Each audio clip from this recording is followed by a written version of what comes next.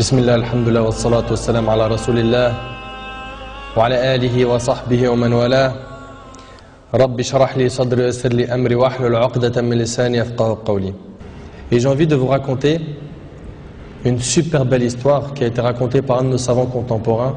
Wallahi al-azim, qu'elle est très émouvante.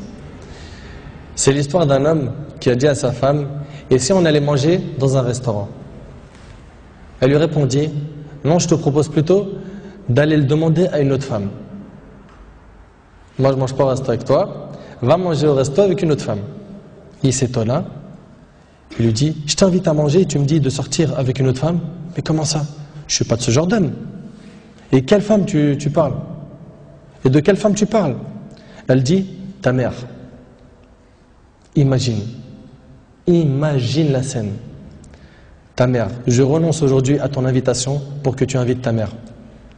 Ça fait longtemps que tu ne l'as pas invitée à manger ou à se promener, sors donc avec ta maman. Il lui dit qu'Allah te récompense.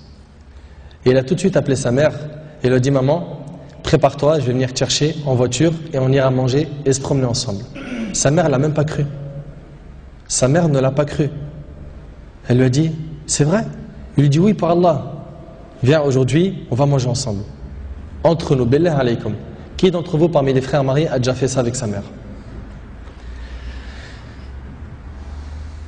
Et effectivement, ils allèrent ensemble au restaurant. Et la mère s'est remplie d'amour, de joie et de bonheur. Pour elle, c'était un beau rêve. Peu lui importe la nourriture ou l'endroit où elle était, c'est-à-dire même manger par terre ou sur le trottoir ou dans la rue, le plus important c'est qu'elle était avec son fils et que son fils était bienfaisant envers elle. Et qu'il ne l'a pas oublié, qu'il ne l'a pas négligé en s'occupant de sa femme et de ses enfants, et elle passa un jour avec lui qui était l'un des meilleurs jours de sa vie. Elle lui dit au retour, l'homme dit à sa mère au retour: maman, t'es contente? La sortie t'a plu? Elle dit: oui, wallahi, c'était masha'Allah. Elle dit: oui, qu'Allah te récompense. Il répondit: Inch'Allah, je le referai. Elle dit: non, Inch'Allah, la prochaine fois, l'invitation viendra de moi. Il lui dit: Inch'Allah. Et des semaines et des mois passèrent, le frère a été occupé, puis sa mère tomba malade et mourra. Qu'Allah lui fasse miséricorde. Son fils était très triste. Et quelques jours plus tard, il reçut une invitation au restaurant pour lui et une autre personne, et cette invitation était déjà payée. Étonné, il se demanda de qui vient cette invitation déjà payée.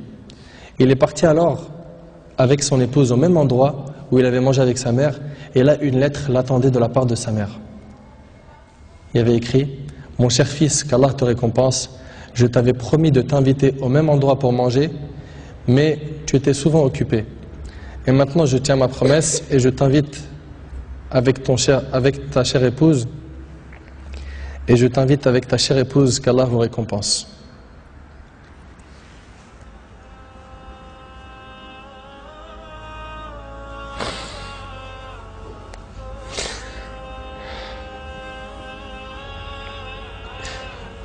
Wallahi mes frères, la valeur de la mère elle est très sacrée. Faut pas la mettre en colère. Cette histoire d'amour entre cette épouse et sa belle-mère est magnifique. J'espère que nos frères et sœurs vont tirer des leçons de ce genre d'histoire d'amour entre les épouses et les belles-mères et d'essayer de reproduire ce qui s'est reproduit dans cette histoire. C'est qu'après le décès de la mère qu'on connaît sa valeur. Votre mère, si elle a envie, profitez, embrassez-lui ses pieds. Demandez-lui pardon pour les manquements, pour les mauvais comportements. Vous récolterez le succès, Inch'Allah.